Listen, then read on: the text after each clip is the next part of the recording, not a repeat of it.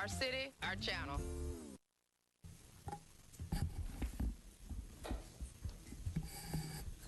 Batman's back.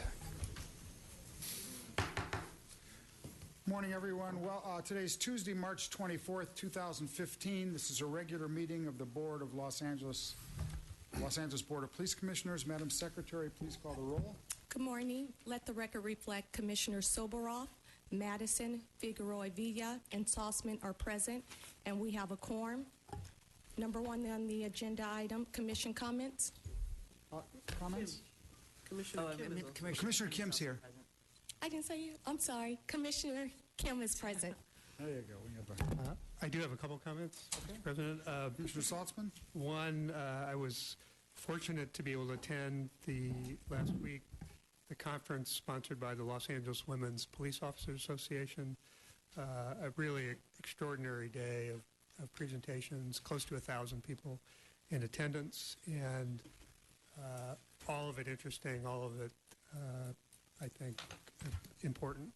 And just wanted to acknowledge in particular Chief MacArthur and Angie Roman from the staff and the commission, and Commander Regina Scott. I'm sure there were many others who had significant roles in it, but it was a great day, a great conference, and I appreciate that. The second is I also had the pleasure of speaking at the Academy graduation on Friday morning. One highlight there, Chief Beck did make special acknowledgement of Chief MacArthur, which was important. The event itself, of course, is always a good one. The numbers, as they have been over the last few months, are disappointing. Small number, relatively small number of graduates, and especially small number of African American graduates. And I know the department's working on that, working as well as it can with the City Department of Personnel, but I wanted to report back to my colleagues that what that status was, and that to the extent we are pushing to improve those numbers, we need to keep doing that. So, thank you. Commissioner Madison. I too attended an event. Mine was the Noble event, the National Organization of Black Law Enforcement Executives, the Southern California chapter, their annual dinner. They honored our very own,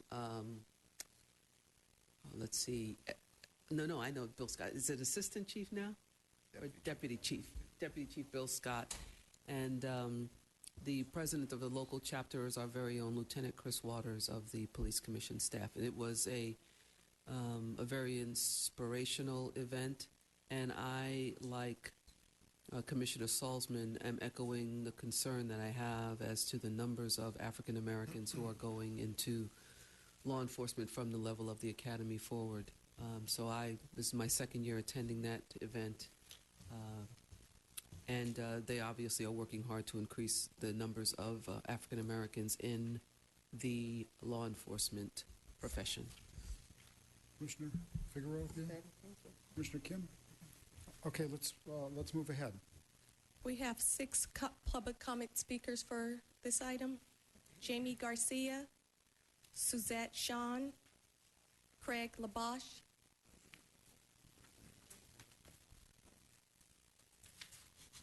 Good morning. My name is Jamie Garcia.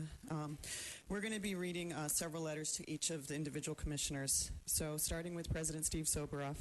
On behalf of the Stop LAPD Spying Coalition, we're deeply disappointed. Ms. Garcia, you have to keep it on this item, okay? It has to be relevant. It is relevant to the Police Commission. No, I know it's relevant to the Police Commission. I'm saying relevant to this agenda item, okay? But this is the Police Commission just gave their report, so we're speaking directly to the Police Commission. They didn't give a report, okay? You have to look at the agenda item description to understand whether or not... But is this the Police Commission it's item number 1, it says commission. Comments. So can they come back and do it during the other public comment period? If it's not relevant to this item, you can speak It's not during that you can't comment. say it, so we can do Well, it. I'm just confused because it said item 1, it just said commission. So you can Okay. you'll come back and do it in a few minutes. Yeah, can we have an explanation of what that is? It's on the agenda. So just if you can reiterate it. Relative to attendance, participation at meetings, ceremonial events, brief reports identifying involvement in commission-related projects, and requests for future agenda items and reports. So is it because our item is not about anything that you guys are doing? Okay. So I guess, So we'll have you back. no, I understand that, but I think it just reiterates our disappointment. Okay. Do any of the other speakers want to talk on topic? Okay. So make sure to put your cards in for regular public comments, and we'll be happy to deal with that. Madam Secretary, would you just take and transfer those to the public comment period so they don't Great, have to thank you. resubmit another card? Let me just read the rest to make sure they want to transfer it. Naomi G., Hamid Khan, and Alani Benolia. Okay, let's move on. Item number 2 is the report of the Chief of Police, Chief Bett. Morning, Chief. Good morning, Commissioners. I'll begin my comments on a sad note. We mourn the passing of Lieutenant Marianne Hellenkamp. Marianne Hellenkamp was the first African-American female to obtain the rank of lieutenant in the Los Angeles Police Department. She died at 83 years of age at her home in Los Angeles. Services will be held on April 18th. Details can be obtained through my office. Marianne was my lieutenant when I was a young sergeant at Southwest. She had a remarkable career and was one of the people that broke through the glass ceiling for not only African Americans but also for females. I appreciate the commissioner's attendance at the events described. The only other event I'd like to mention is we had a fundraiser for pediatric cancer at fire station in North Hollywood. St. Baldrick's is the charity. So you'll see a number of police officers with shaved heads, and they shave their heads to raise funds for cancer research for children.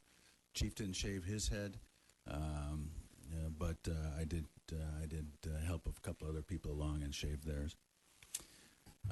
As our report on crime, I noticed your grip on the razor for some reason. Now, when I go to the barber, they hold the razor this way. well, I'm hoping you go to a professional. But the expression on your face, too, it was just, I don't know. Well, I will say this, that I have used clippers many times, but only on horses. I've never actually used them on That's a what I'm human being talking before. So a couple of people had to get a few touch-ups after I was done by professionals. Anyway, report on crime. Homicide is down year to date as compared to last year. It's down about 2%. Compared to last year, and about just under 16% compared to 13. Overall crime is up in the city, particularly violent crime. Violent crime in total, in the aggregate, is up 26%. Property crime is up in the aggregate 11%. Total Part 1 crime increase so far year to date over last year is right at 14%. Just for to give you some perspective on that, that's at almost exactly the same crime occurrence level that we had in 2012. So moving backwards from 14, and obviously we're taking steps to address that. Crime is up in every one of the bureaus. The lowest increase is in Valley Bureau, and the highest increase is in Central Bureau. Gang homicides are down, but overall gang crime, primarily driven by aggravated assaults, is up. Traffic collisions, serious traffic collisions are down significantly in this city, but total traffic collisions are up slightly. Hit and runs, which has been a considerable topic, are up in the city. They're up about 400 occurrences over last year, and serious hit and runs are up by 13. Motor vehicle versus pedestrian, which of course is a great concern to us because of the seriousness of these type of collisions, are down in the city. They're down about 6%, and serious injury motor vehicle versus pedestrians are down 12%. Bicycle-involved collisions are down 5.6%, and serious bicycle collisions are down almost 40%. We have 9,896 sworn personnel on payroll. Obviously, the department shares the Commission's concern about the recruitment of African-American officers. We stand at about a little over 11% African-American population within the Los Angeles Police Department, and which about mirrors the city, but obviously we want to do better than that. 2,697 civilian personnel. We have 580 civilian vacancies. I will say that we graduated a class of detention officers on the same day that we graduated the class of police officers.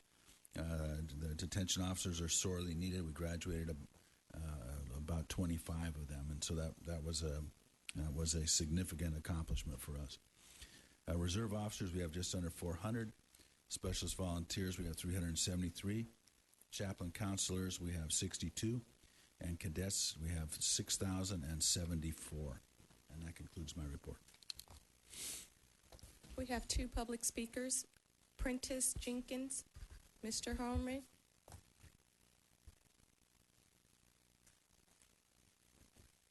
Morning, sir. Welcome. Thank you. I'm here on behalf of City Lights newsletter. I'm a publisher of the newsletter, and I'm here. So, speak in the mic for us, okay? Okay, I'm here because I want to get a handle on post-traumatic stress amongst policemen and firemen, and also the fact that firemen who homosexual firemen who continue to stalk straight men in the street, mostly straight black men, and mostly homosexual white firemen. I'm not saying there aren't any black ones. I'm sure there are. Mr. Jenkins, Yeah. you have to speak. Okay, can you hear me now? No, you have to speak on this topic. This is the topic, isn't it? No. What item are you speaking to? Item number 2, Chief. Item number 2, yes. Crime statistics. Okay. This is part of crime statistics. Well, let's hear it. And you've used my time now, sir. Okay, we'll reset that for you. We'll start you over, Okay. okay? Wait, let me All right. start over. Welcome. Thank you. I have significant actual proof of homosexual cops and firemen. These are firemen stalking me, hitting my light, hitting my window with their light. That is firemen. That's station number 9. They're obsessed with me. It's about the black man's stereotype. See that light? That light's not supposed to be on unless they're fighting fires. They come by night after night, hit my window with that light. I don't know why the media won't pick up on that. And also, here's a video of a cop actually groping a young black man. This is a video of a cop groping a young black man. He grabs his actual genitals and he holds on to him. This is a cop. Now, this is not an LAPD cop. I think this was in Milwaukee. And they put him up on charges. He grabs a man's penis, holds it, and then lets it go. And then the young man knows who he is now. So you know what he has to do? At that point, they have to rough him up. Because the young man knows he's a homosexual cop now. He's going to go to the community and tell everybody, that cop's a fag. Sorry I had to say that, but that's what they call him. And this is a homosexual cop right here, and he grabs his genitals. All right? Also, I have a book here on firemen post-traumatic stress disorder. Sorry about that. And guess what? These are firemen telling you how psychotic firemen are. Other firemen detailing how psychotic other firemen are. Thank you. Next. Mr. Herman.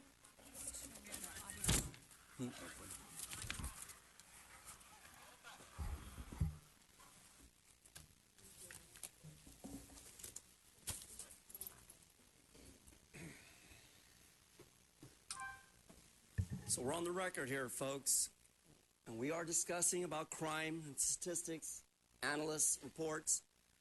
But the real problem in Los Angeles, let me direct my attention to Mr. Beck, is regarding the joke about the horse. Yeah, you sold the city of Los Angeles a lame horse. But besides that, crime, violence, people being run down on the streets by cars. Don't come to Los Angeles, you're not safe. We continue to be the hit and run capital of the world, and I can't believe Chief Beck never brought anything up about that.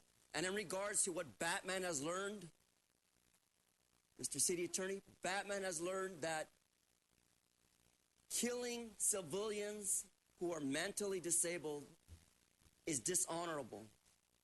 Pick on people who are really an issue in our community. Fight crime, fight crime, fight crime. We can't continue in a city like this that continues to grow and become basically a criminal element of white-collar crime, as Batman points out. In October 2014, Batman heard that a gentleman at Council Chambers on October 14th by the name of Armando Herman was assaulted by Paul Koretz, grabbed at the podium.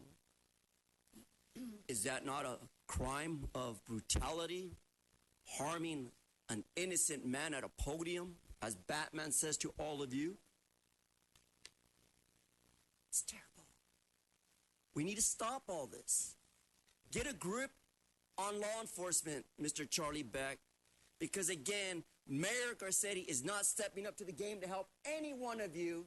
And again, officers of rank have to wait how long for their raise? For 8%? Ridiculous. Next. Thank you. Mr. Tut Hayes. Morning, Mr. Hayes. Sir, there's a great concern that if senior lead officer is promoted, he'll leave Skid Row. I'm talking about Officer Leon. And it seems unfair that he should stay as a senior and not be promoted to sergeant, lieutenant, whatever, because most people think that his exceptional ability at Skid Row and the people there, professional workers, and the homeless condos, want him. They need him. He's the most vital thing in Skid Row. I've met him, 10 years ago? And I don't know whether he's compensated in any manner for the things that he does, which are outstanding, far and above those that most of us can accomplish. But getting promotion is one of the things that is regarded as the ability to recognize your service and your duty to the city. But if he is promoted, most likely he'll be gone. And when he's gone, we'll have a tremendous loss in Skid Row. I think most people in Skid Row, those who are activists, will attest to that particular fact. But we really want to see him somehow get some compensation which he duly deserves.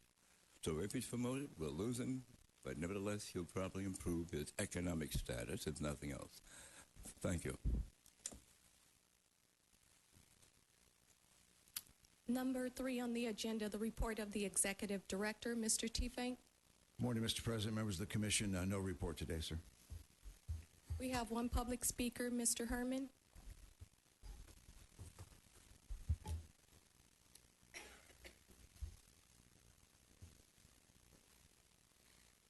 Good morning, Mr. Tiefenk. And again, thank you for reminding the public, all of you listening in, all of you. And Mr. Tiefenk has updated us with all the important meetings in our communities that we should all have full engagement and participation in.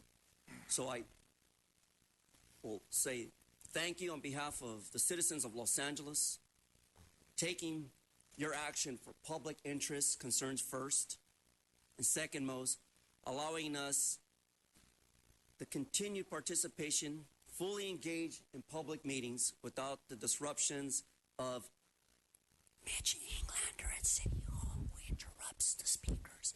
But on note, for the record, Batman needs to have more safety meetings open and not canceled so the full participation of the say-so when it comes to the disruptiveness of the councilmen who take hostile action.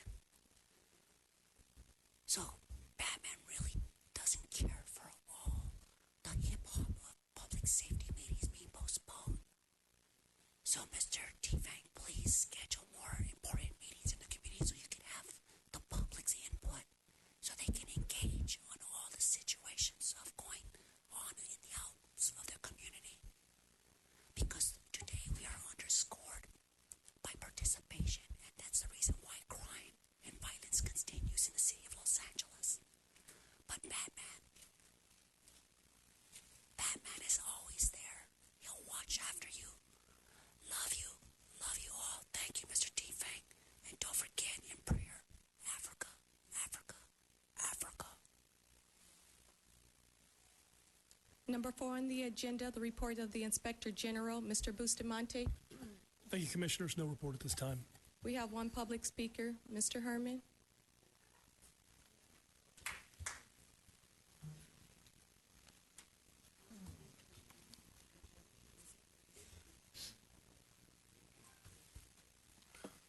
Now, the circumstances of today's problems involved the Inspector General, who I find a conflict of interest sitting near the Chief of Police. There should be a separation so that all the concerns of our citizens are addressed. Now, Mr. Inspector General, on behalf of persons with disability, is it unconstitutional that they have no communication or dialogue with the police when it comes to the harsh actions of their civil rights being violated? Batman wants to know. But in regards to that, Mr. Bustamante, I hold you accountable, not listening to the interests of all those who've passed away due to the violence of racial profiling. As you heard this morning, USC has become the issue of racial profiling upon the minority African Americans, my brothers, my friends, my neighbors. So I say to all of you, reach out to your community. Ask the Inspector General to take interest in the concerns to all our problems, not address it behind closed doors. Where's the transparency, Mr. Inspector General? Batman's always in the open. And you're welcome to take a picture of Batman in his new attire. But that's irrelevant, off topic. So going back to the subject, Mr. Inspector, I say to you, investigate the issue when Paul Koretz assaulted Mr. Herman at City Hall in 2014. Look into the IA. Stop harassing, retaliating against people with disabilities in the city of Los Angeles. I hold you responsible and accountable.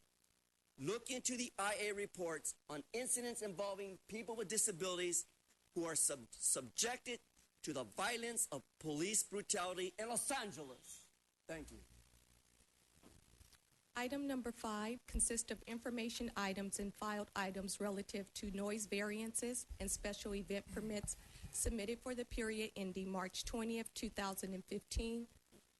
Item number 6, presentations. Yes, Madam Secretary. Mr. President, members of Commission, you have a presentation today to the Scientific Investigation Division for being the recipient of the International Association of Chiefs of Police August Vollmer Award. And Members of the Scientific Investigation Division, will you stand? Wow.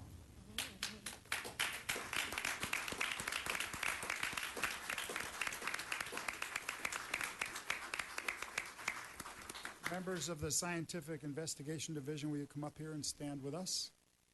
Just file up here. Chief, you can stay with me now. Alex and I will go through here.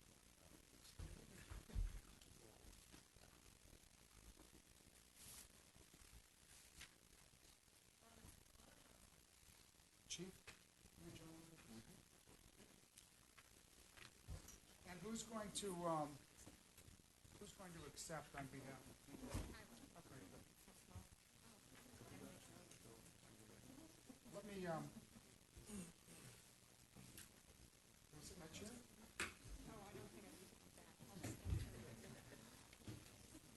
Members of the Los Angeles Police Commission salute and and congratulate the Scientific Investigation Division upon being the recipient of the 2014 August Vollmer Excellence in Forensic Science Award from the International Association of Chiefs of Police.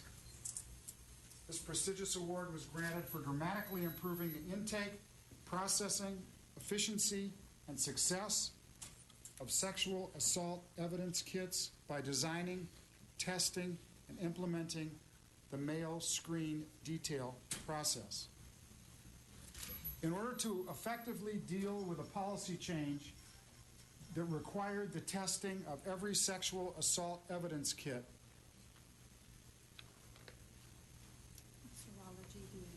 I would have missed that. The Serology DNA unit innovated an entirely new, high-quality DNA testing approach that is more time and cost-efficient while also providing superior results. The resulting gains in efficiency mean fewer personnel were required to complete the testing, and the net salary savings more than offset the increased costs for the additional DNA testing supplies. The superior results of this process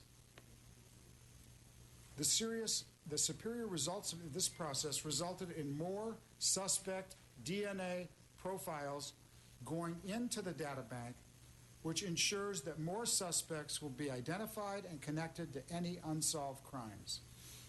This increase in efficiency should allow the unit to apply DNA testing to property crimes where its use previously was limited.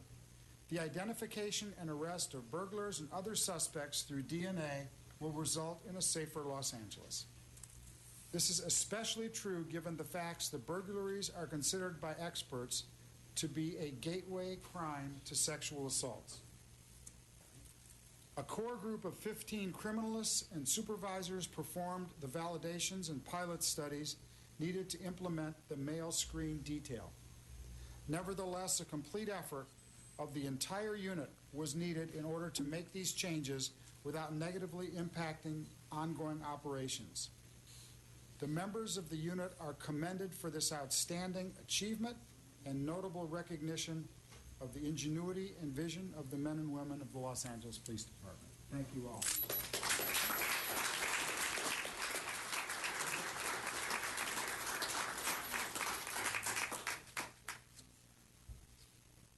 Wide angle. For real. Possibly, could I get everybody to kind of squeeze in a little bit? Squeeze. Mr. Herman's camera will do this.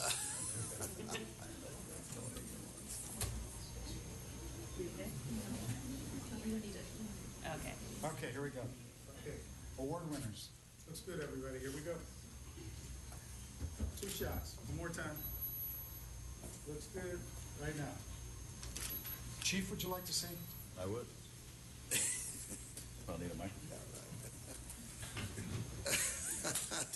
Oh, I didn't do that. That's all right. You know, I had the pleasure to work with SID when I was chief of detectives, and the turnaround and the enthusiasm and the creativity is really remarkable. You know,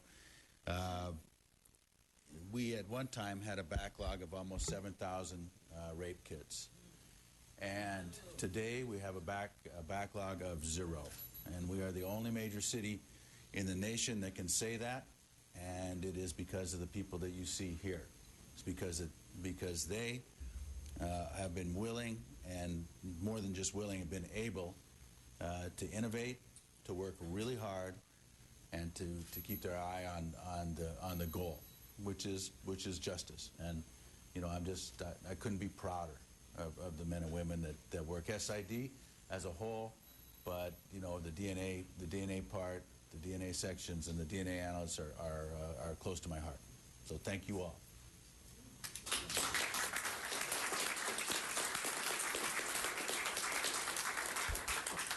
Everyone gets 2 minutes. Thank you.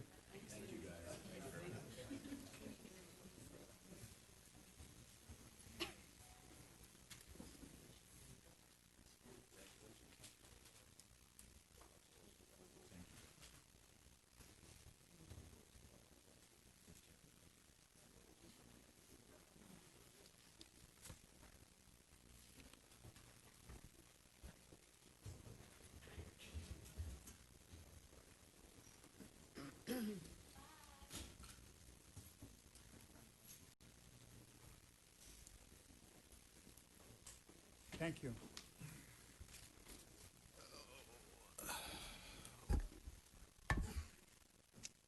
Mr. President, we have one public speaker on this item. Mr. Ted Hayes. Mr. Hayes, sir. You know, our shows, cop and robber shows, they all talk about a lot of things. One of the things that I think is interesting is there's a move afoot to have every person convicted of a misdemeanor give up his DNA and have it put in the database. From what I understand, it's a federal database. I don't know how responsive it is to pulling down the accuracy of the suspect, but so far there's never been a hit that was not proven to be quite accurate, which is great because many instances fingerprints don't do that sort of thing. But I'm wondering how much clogging of the database will take place if everyone convicted of a misdemeanor has to be put into that database, and that sample has to be analyzed, categorized, and put into whatever. So that's the concern. I'm very impressed with that rape statistic, but it took a scandal to get that statistic where it is now. I hope we all realize that they were not doing well until they hit the media and people found out what was happening. And, of course, we were greatly alarmed, disturbed, and we were complaining about that. But what they do is very important. It is the tip of the curve as far as technology is concerned. Pleased to hear that. I hope the department is providing them with every kind of technological instrument they need to do their work. Thank you. Item number 7, consent agenda items. These items are considered to be routine and non-controversial, upon which the board is provided with adequate information for approval without inquiry or discussion. Does the board wish to discuss item 7A? We have a motion for approval of 7A. All in favor? Aye.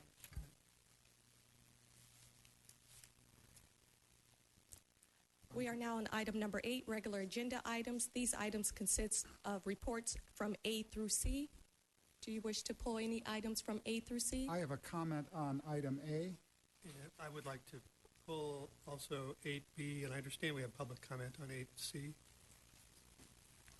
Correct. So, Okay, so let's begin with, what I'd like to do is I'd like to do item B first. I'd like to wait till Commissioner Kim gets back to do item 8A. So is that okay?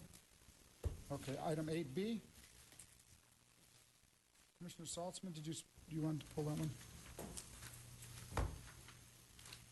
That's relative to the bias policing mediation annual report.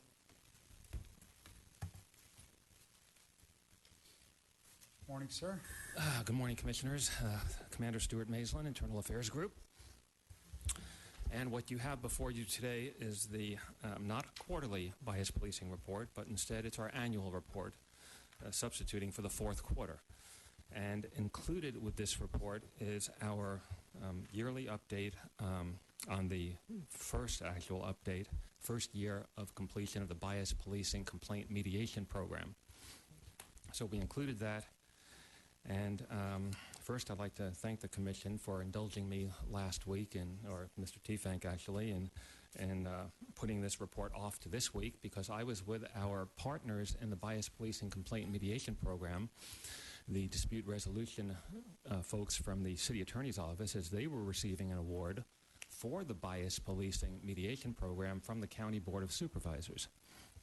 So they were recognized for our program, of which I was greatly thankful and honored to be there with them. So this report contains basically updates on most of the same information from the prior reports. The one addition is the information requested in the second quarter by Commissioner Madison. And you might recall you requested information on the tenure and age of accused employees. So that was included in this report. And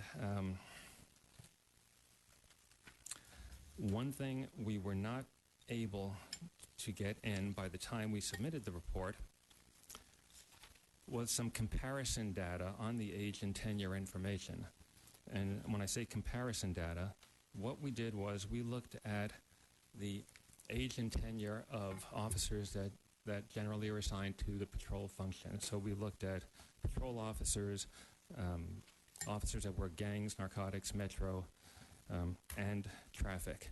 And we compared the information, and basically we found it was fairly consistent as far as the distribution of accused officers, be they in the age group of 20 to 30, 30 to 40, 40 to 50, and as well in the length of service, 0 to 5, 5 to 10, 10 to 15 years.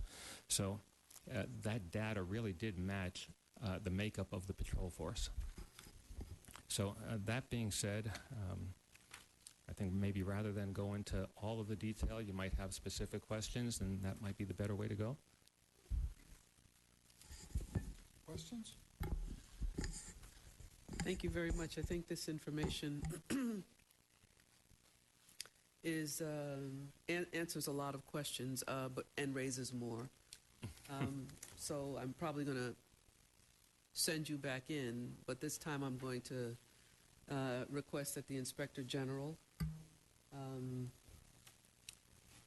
help with this report. And let me tell you what I'm trying to tease out of this. I'm trying to see if in this information there is something that explains to me. I will admit that I'm not a native-born Angelino. I come here from the East Coast, from New York. And when I got here,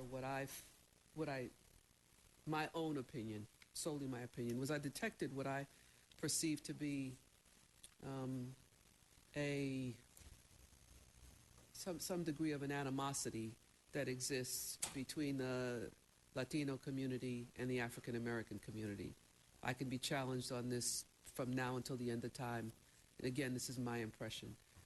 When I looked at the demographics, what I was trying to figure out is the instances and how many instances, and are they inordinately more frequent, where we're seeing bias complaints lodged by African American men against Latino police officers.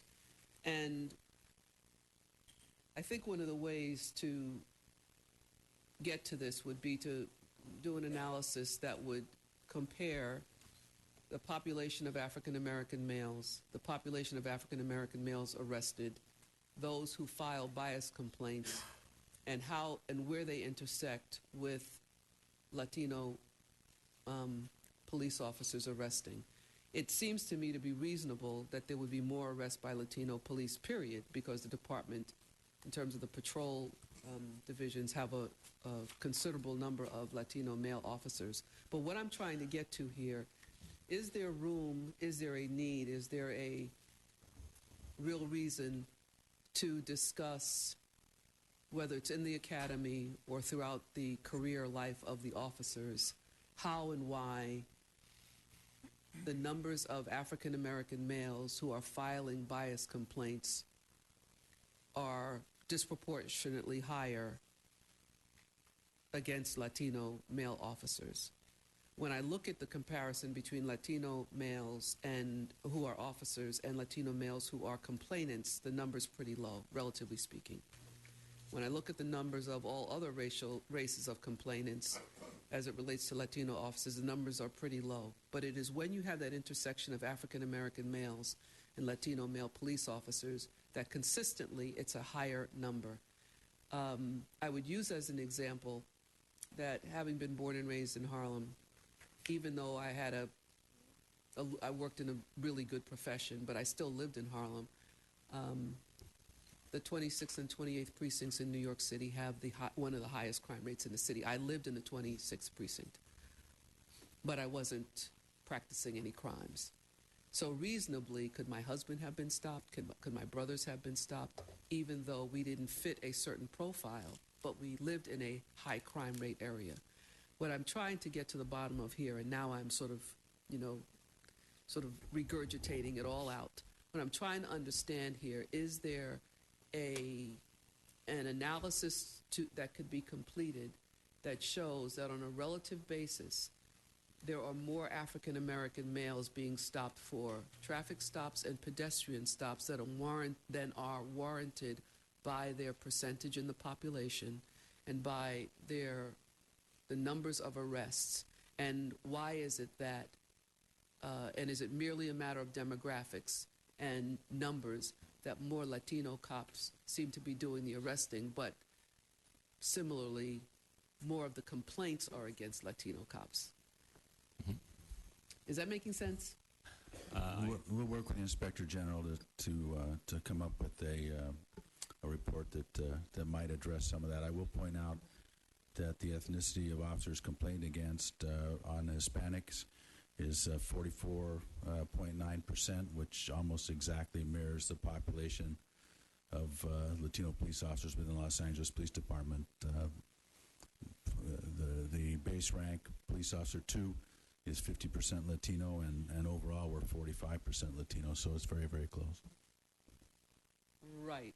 And it's not so much that for me, well, that's a part of it. But the other part is that the people who go so far as to file complaints related to ethnic discrimination seem to be heavily represented among African American males versus Latino police officers. And I'd like to understand what's happening.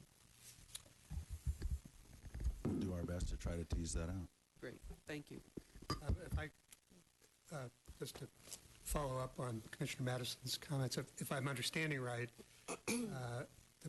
the question she raises is presented quite clearly, I believe, in Table 5, in the report, Table 5, titled Accused and Complainant Ethnicities for Ethnic Bias Complaints Only. And if I'm understanding these charts, the column on the left is the ethnicity of the accused officer, and across the top is the ethnicity of the person who's complaining. That's correct. And if you look in the column under black for the complainant ethnicity, in 2014, the number 105 is the number of black residents made complaints against Latino officers. That number 105 is dramatically larger than any of the other in the chart, and the same is true in 2013, and the same is true as 2012. And so I think my point of there is I absolutely agree with Commissioner Madison that we need to understand that better. Part of it has to do with the makeup of the force. Part of it has to do with the makeup of the population. But those numbers stand out in ways that suggest there's more information that we need to have. And we'll work on that, but I'll reiterate that the force is majority Latino. The Latino officers make up just about 45% of the force, and the next strongest ethnicity in terms of numbers is Caucasian, which is at 34. So there's a large difference. We are a majority Latino police department. Right, but the majority of the drivers the majority of the drivers in the city of LA are not African American, but the majority of the drivers who are complaining about being stopped for bias are African American males. So somewhere in here, what I'd like to understand is why the demographic overrepresentation, in my opinion, of both groups. Where the intersection hits, I would like to just understand why, and is there something that we should talk about? And we'll try to bring that out. I'll just remind the commission though that this is an extremely small percentage of the number of stops that are made by Los Angeles Police Department that generate these types of complaints. We stop upwards of 700,000 people a year between writing citations and making arrests, and this is a population that's just barely over 200. So, this is a very small percentage. We aggressively investigate this, and the department will do its best to meet the commission's desires on analyzing it. But it is a very small percentage. I agree, it's a small percentage, but it seems to be a very determined percentage, because for a person who would go so far as to file an official complaint and then stay with it and wait until it's adjudicated and all the above, I think that, and so, I mean, I don't want to drive this into the ground, but I do tell you that it serves as a bit of a distraction for me because I'm trying to understand how such a population can be stopped so often as pedestrians and as drivers. And there are a number of categories, but I limited it to pedestrian stops in terms of what I was paying attention to and traffic stops. Okay. Thank you. I have a question. Commissioner? Is it broken? I'm sorry. Is it, or can you break it down by divisions? Because I think the demographics in the divisions make a big difference. When I do ride-alongs, I do see majority Latino officers, and there's some areas where African Americans are concentrated and live at. So I can see where the numbers might be higher. So can we break it down by divisions or where there's a concentration where African Americans live? I don't know that the numbers in this will reflect, or is it reflected in the whole city? There's a chart. I mean, if you live in Hollenbeck, for example, the numbers of African Americans living there is much lower. There's a chart that indicates that the Valley Traffic Division has a 3-year average of 20.3%, at least of the complaints closed, and that's great. There is a breakdown, at least in terms of which divisions. The fact that you reported those that are closed, I don't know that I saw where they occurred, however, the numbers that occurred by division too.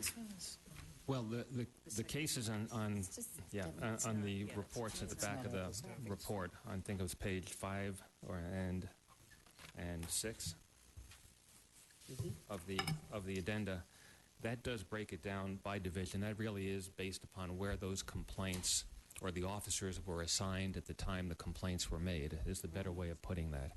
But again, that data at the end is based strictly upon complaints closed as opposed to when they were initiated.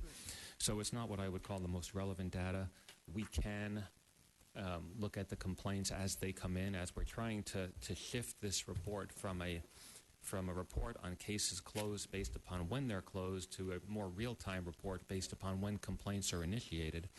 So we can certainly take the data as we gather it based upon where officers are assigned and report on that as well. It'll just be a little bit of a more lengthier report, but we can certainly do that.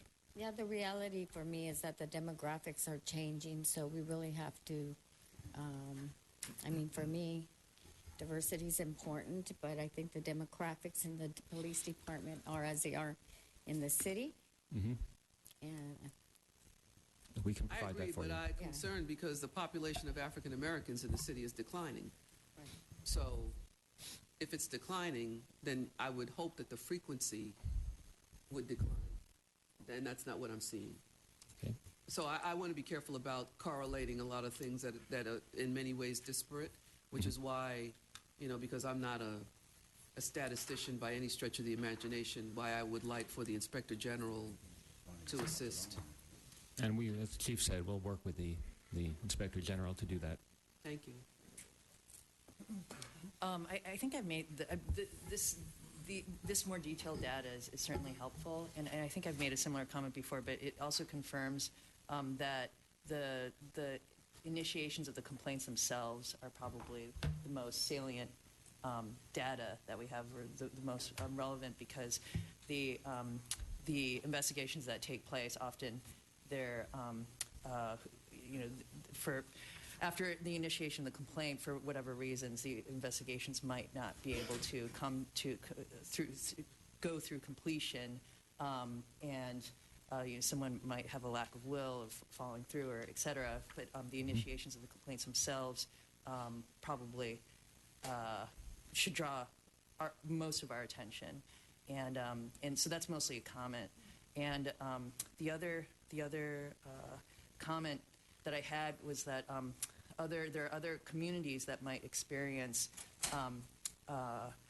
incidents where they might want to initiate a complaint for bias policing, but because of the character, the culture of that community, that individual might feel chilled from coming forward, or may have less of the cultural characteristics to come forward and actually initiate a complaint.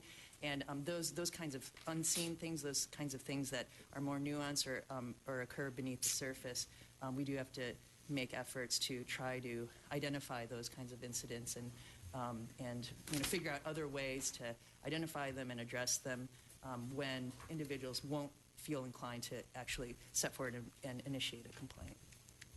Okay.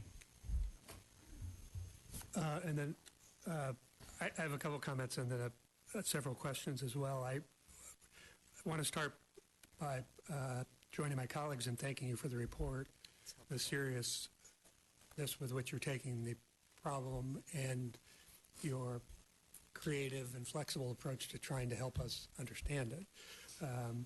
I also want to thank you for the progress being made on the mediation piece, which I think is very significant, something the Commission had for a number of years had pushed for, and I understand the amount of work, I think I understand the amount of work that's gone into that, and I appreciate that. And finally, I also want to just acknowledge the Chief's position here, which I would describe as helpful, constructive, as opposed to defensive and argumentative. And that's also a change.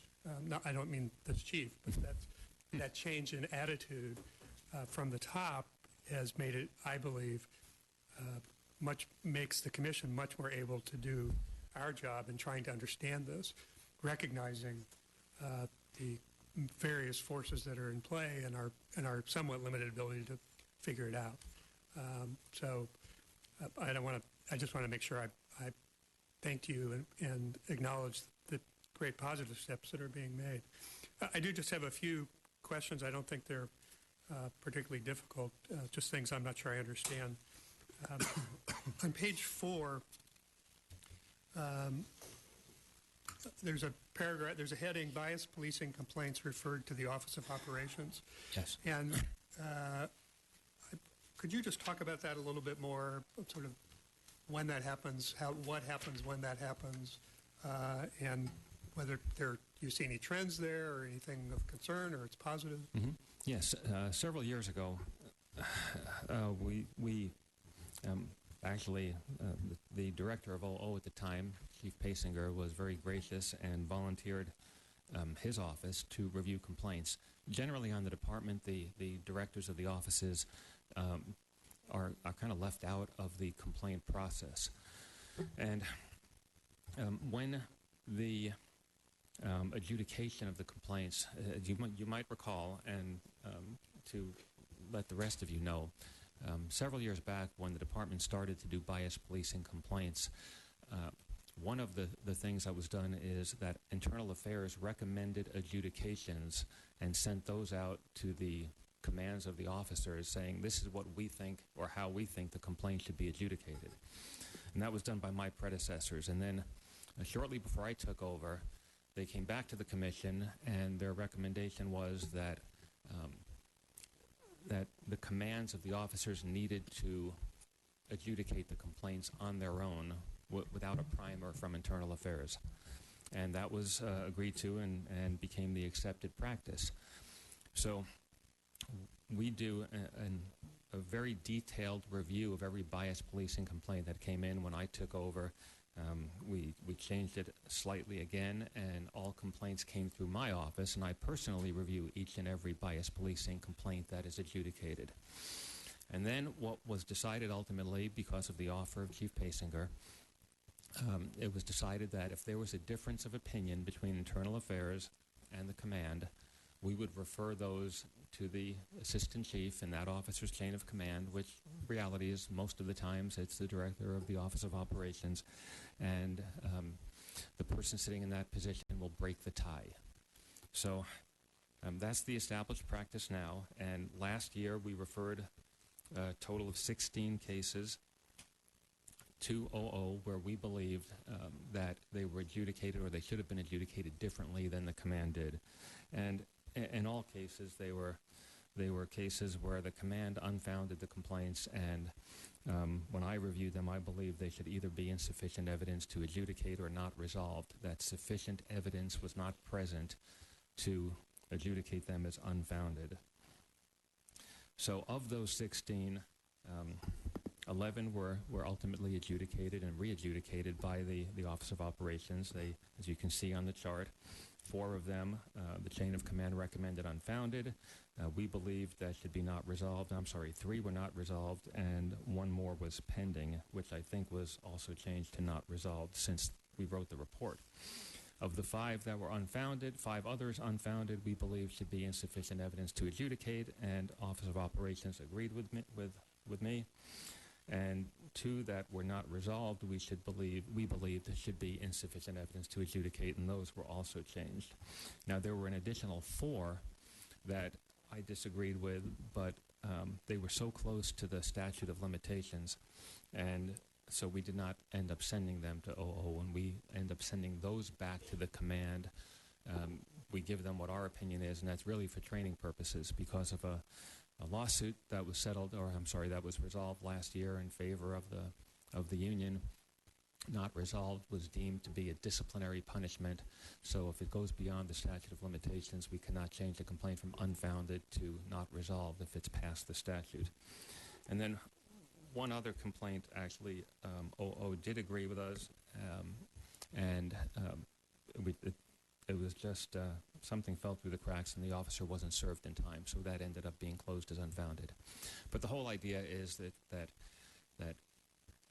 the command sees it one way, their bureau agrees or disagrees. Sometimes we see it a little bit differently in internal affairs, and then we have someone else to break the tie, more or less a neutral. And if I understand, 2 comments on that. If I understand correctly, so of the 11 that went through this process, it looks like the majority, maybe all of them or close to all of them, the Office of Operations ended up agreeing with the Internal Affairs Group. Yes. And so my question is whether you think, is that something that you then use in training with the bureaus and the command staff there so they understand well why this is happening? Yeah, when we send them back, we send them back all the information, so that is used for training purposes and to educate them as to what the differences are. But some of these cases, if I can say, I mean, they're really close. I mean, the difference between a not resolved and an insufficient evidence to adjudicate, or even an unfounded and not resolved. I mean, reasonable people can disagree sometimes when they evaluate the evidence and whether or not there is sufficient evidence to say more likely than not something occurred or didn't occur. And they are very close calls. That's helpful. I going forward, I would find it interesting as you're able to compare those numbers as we go forward. That is, for next year, comparing these numbers with what we have. We can do that, yeah. Just to get a sense of whether things are changing or not. The other question with respect to that is with respect to the 5 that end up being affected because they're out of statute. And I'm just curious, is there a way to avoid that you are doing? Because 5 out of 16 is actually a pretty significant percentage to have the inability to actually resolve the way we would like to have had them resolved. Well, we put a much greater emphasis on speeding up the process on bias policing complaints, but one of the things that slowed down, or that slows down the bias policing complaint process itself, is the bias policing mediation program. Because we have some timelines built into the mediation program, and our emphasis is really to convince all of the participants, the complainants and the officers, to participate. So we even go beyond some of those cutoff dates.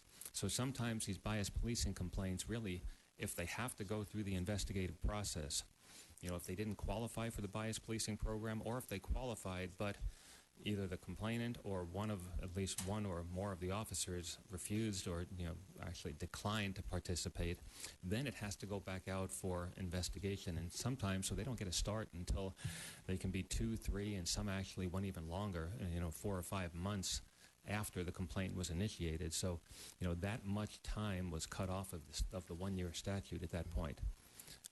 Do you think, are there things you can, given all of that you can do to going forward reduce that percentage that are ending up affected?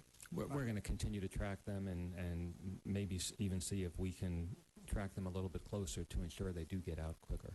Yeah, I think it's important that to the extent you're able to do it, to reduce that percentage of out-of-statute affected cases. I agree. From what it is.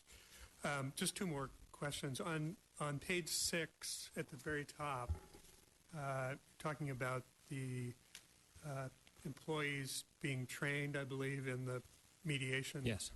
And the report says as of February 4th this year, 52% of the employees enrolled in the course have completed it. Do you have a sense of when we're likely to get significantly higher than that? Is that likely to happen soon, or? I think it will, because since that date, we've notified all the bureaus and asked for their assistance in directing their people to get it done. So we expect that that's going to happen in relatively short order. Great. So in the next quarterly report or the quarterly report after that, we may see. I would expect the numbers to be much higher. Right. And then my last question. So this is table 6 in the report, bias policing allegation dispositions for closed complaints. And I just want to make sure I understand this. So in the left column is the disposition, among others, exonerated, guilty, insufficient evidence to adjudicate. And where it's blank, I assume, going to the right, that means 0. So, for example, sustained, of the 493 cases in 2014, 0 were sustained. That's correct? Well, that's correct. And it's not 493 cases, Okay, it's 493 allegations. Yes, thank you for correcting me. 493 allegations. And similarly, in 2013, 379 allegations and 0 sustained. Similarly, in 2012, 486 allegations and 0 sustained. Same in 2011, 479 allegations and 0 sustained. And I point that out because, to me, this is a similar kind of problem to the one Commissioner Mattis was talking about, that there is a, particularly among African-American males, not exclusively, but particularly among African-American males, there is a relatively high percentage of African-American males who feel like they have been treated in a way by the police which would come under the category of bias policing or racial profiling.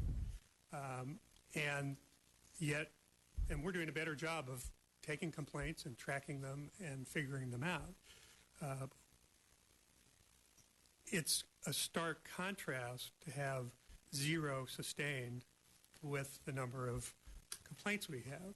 I'm not prejudging. I'm not saying that there should be a certain particular number of sustained, but it strains, I believe, the credibility of the system for us to continue with the amount of effort we're putting into this and concluding that there are 0 sustained complaints. And I point that out because I think it's just a very significant problem. Yeah. And of course, we've had this conversation with this chief and other chiefs. This is a difficult issue, and in order to sustain complaints, it's difficult to prove motivation, as you can well imagine. That's why the mediation program is so important here. I've had discussions with the city attorney. He believes this is a national model, the mediation program, and matter of fact, he is displaying it as such. And you'll also notice in this report that we're talking about extending mediation to discourtesy complaints. You know, many times, I'm not invalidating folks' perception, but perception is sometimes difficult to attach proof to. And so the mediation program works on both sides and improves officer performance, and also creates an understanding on the side of the public. I think we have to look at that as perhaps the strongest solution to this, and we will continue to look for for a sustained case of bias policing, and as the commission is aware, we have gotten close in the past and done extensive investigations into pattern and practice and all of that, but it isn't for lack of investigation.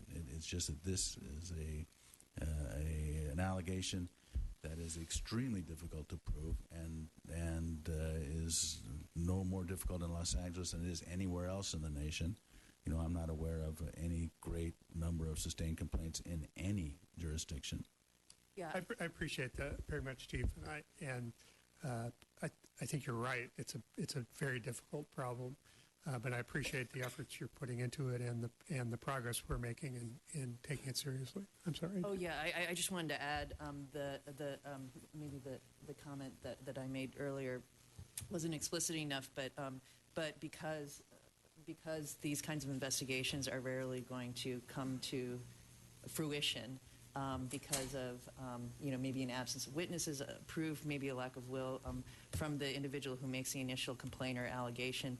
The most salient number is the number that Commissioner Saltzman identified. Just the total allegations that just identify that there does continue to be a problem, but I'm glad that the department is focusing resources on trying to reduce that problem, and also coming up with alternative ways to address it.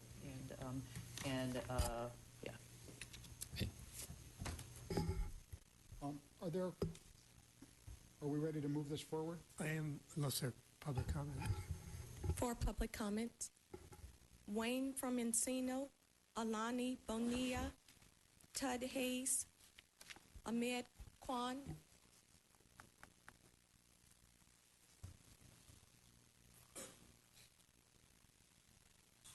Morning. Yes. Good morning. The first thing with police complaints, I have 7 of them or 8 of them that I've filed. One was I was in the West Valley. I was pulled over 41 times when I was in college. Never given a ticket. 4 complaints were filed. Every one of them had a standard generic letter. After careful review, we've determined that there are no issues and this matter is closed. You have the police investigating the police. You have to stop that. The complaint should be immediately referred to a civilian board. And that board should be independent of the department. But what you have is that all of the intake and investigation occurs by fellow officers. That's why they come back with a big 0. Now, the term folks, we're not folks, we're people. And African American, let's just call it what it is. Black people. They're being stopped because they look black. You have Haitians that are black. You have people from the Caribbean that are black. You have people all over the world that are black. It's blacks. It's people that do not have white skin. That's who's being stopped. Categorize it that way.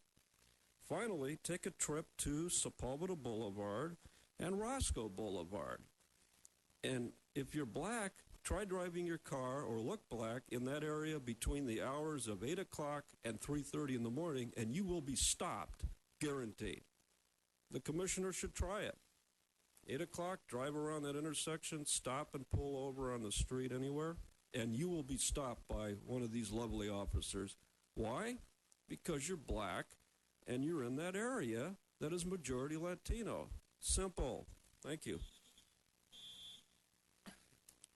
Alani Bonilla. Hi, my name is Alani Bonilla, and I'm part of the Youth Justice Coalition and the Stop LAPD Spying Coalition. And one thing I just want to point out, as far as, agree with the man who spoke in front of me, was that we're complaining to the same organization that abuses us. It's like a game. These players have no shame. They cover up their tracks. They got each other's backs. It's not about the facts. It's about where you're at, what you know. There's something wrong with that. The complaints that are being filed compared to the complaints that are being sustained is ridiculous. 0 sustained out of hundreds? You're saying that these 100 people are lying? When 0 are sustained, people don't feel confident in filing complaints again and again, and when it happens over and over. So you can't even record a pattern that's happening when 0 are sustained. And it doesn't make sense that when these numbers are there for you to see, to then compare those numbers and try to dissect these numbers and look at where they're coming from and how many Latino officers and how many black people are being stopped. Because when you have a complaint system that doesn't make sense to begin with, you can't start to investigate where and what, because it won't match what the real problem is. Thank you. Todd Hayes. Commissioner Madison, thank you and commendations. Your remarks prove that with the right person in the seat, diversity does matter. This has been a long-standing issue. When I was in the camp in prison, the county, there was a riot, and Latinos had attacked black prisoners, inmates. And in the county jails, blacks and Latinos are not in the same cell. They're separated. Hawaiian Gardens, a murder. A guy who worked out there, black, they said no more blacks coming through Hawaiian Gardens. The right black person was not in the seat. That was Yvonne Brathwaite Burke. She refused to comment on it because she said, that'll simply ban the fires. Perhaps. You can't live in the avenues if you're black. Somebody here can tell you what the avenues are. Blacks are constantly being attacked by Latinos. Now, I shudder at the thought there will be an outright conflict between regular people, normal people, over this issue. But for some reason, and I don't know, sociology might be a pseudoscience, but they say that police officers have the same attitudes as the communities, the ethnic group they come from. And that may be true, maybe not, I don't know. But it has been a long-standing situation that Latinos have always attacked blacks. Now, in jail, Deacon Alexander, you know who he is, went there to try to calm the water because of an outbreak in the county jails. He had very little success, zero success. It didn't happen. But Latinos do attack blacks all the time, incessantly. And thank you for bringing that out. Perhaps this department can do something about it if it really does exist, and we can have peace among the racial and ethnic groups. Are you Yvonne? Yvonne? What's your name? Yes, Yvonne Michelle Autry. Thank you. Yes, thank you for an opportunity to address the commissioners. In discouragement of an all-out race war, I stand in the middle. I have ancestors of Spanish and African, Blackfoot, Comanche, Irish, everything else. But however, I'm a native Los Angelina, and I do see, and I speak, read, and write Spanish. So unfortunately, the Mexican culture is not like the Puerto Rican culture in New York. And I'd like to remind you, for those of you that do not know, in Brazil, the Spanish and the Portuguese business owners routinely shoot young black homeless men in the head who are homeless because in that community, that's the way the favelas are in Brazil, while raping the young black women as early as 9 or 8 years old. This happens to be a culture in Brazil, and I hope that is not revisited or recreated here, since we do have a predominant Latin Hispanic population and demographic. I'm a black woman. I have been disrespected, unfortunately, by Latino, Hispanic men, white and black men. However, it seems to be a more pervasive occurrence now because the majority demographically is Latino, and it is their culture. Again, I think that is represented by and large in the attacks on black men in the prison industrial complex as well as on the street. I stand in the middle, of course, because I discourage criminal activity, whether it is represented on the police force, fraternal organizations, Aryan, Nazi groups, or whether it is on the street in the community. You are responsible for, of course, the police racial biasing, which does occur. It's not just bias policing, it's racial profiling. Call it what it is, so you are liable and so that it will stop. I, of course, stand against any community criminal activity, whether it's perpetrated by essays. I've experienced that in Inglewood. I'm from Inglewood. Perpetrated against African Americans, or retaliation. If we can just work again to discourage an all-out race war, which is probably on the agenda. Hamid Kwan. Hi, good morning. Hamid Khan with the Stop LAPD Spying Coalition and the Los Angeles Community Action Network. I think just a few observations and comments that it's interesting that how communities of color generally are left to sort out these issues and branded as violent, and we get caught up in identity politics. But what's really missing in this whole conversation is the procedural nature of these reports and the garnishing and the language that gets used, that we're not calling racial profiling as it is. We've shifted into biased policing. Zero sustained. That basically means that we are all a community of liars. That people have nothing better to do, and they have to come up and they just have to lie about it, like, that I'm being racially profiled. A national model of, doing this investigation. But I think it's also when we compare it to justifiable homicide, justifiable murder of people on the street, justifiable racial profiling, everything is justifiable. Because what happens is that we continue to get stuck in procedural pieces. You have the Inspector General who only looks at the procedure, whether a box was checked or not, whether a report was filed or not. And then the only other stretch that we see is that, well, there was no intent, but without looking at the impact on people who are being profiled, without looking at the impact of trauma, the hurt, and people who are on the receiving end of this racial profiling, that how violently it just completely dehumanizes people and insults people. So I think this is an opportunity. You all will go after 5 years, or will remain, but the tradition of violence, the tradition of profiling, racial profiling, the tradition of cover-ups, the tradition of conspiracies will remain. So you have a chance to do something about it, because we got to call it what it is. It is straight out racial profiling, and this is racist policing. Simple. Jamie Garcia. So I think I myself, I'm trying to, figure out how to say this, and I do appreciate the bringing up of the profiling of black individuals being stopped, and I think that's something that needs to be looked at. But what also needs to be looked at is the structure of policing and its inherent violence, its inherent nature to criminalize people, criminalize jaywalking. When we look down Skid Row, we see individuals who are unhoused who are routinely stopped and forced into jailing systems. So I'm thinking about this creation of the other, the criminal black, constantly looked at, regardless if it's a Latino, regardless if it's a white person, that culture exists. And so I don't think that, I think we need to look at the structure of policing, and that's kind of where I kind of, as a community member, am coming in and seeing how there is constant, there's no indictments for shootings. Obviously, there's no substantiation that complaints are reasonable, complaints are actually there, that these incidents are occurring. So to me, it's not, we can't just pigeonhole it and put it on the backs of people of color. We have to start looking at the structure of policing and why this is constantly happening, why constantly when the community is coming forward, whether we're protesting, whether we're filing complaints, that we're not believed, that nothing is happening because of it.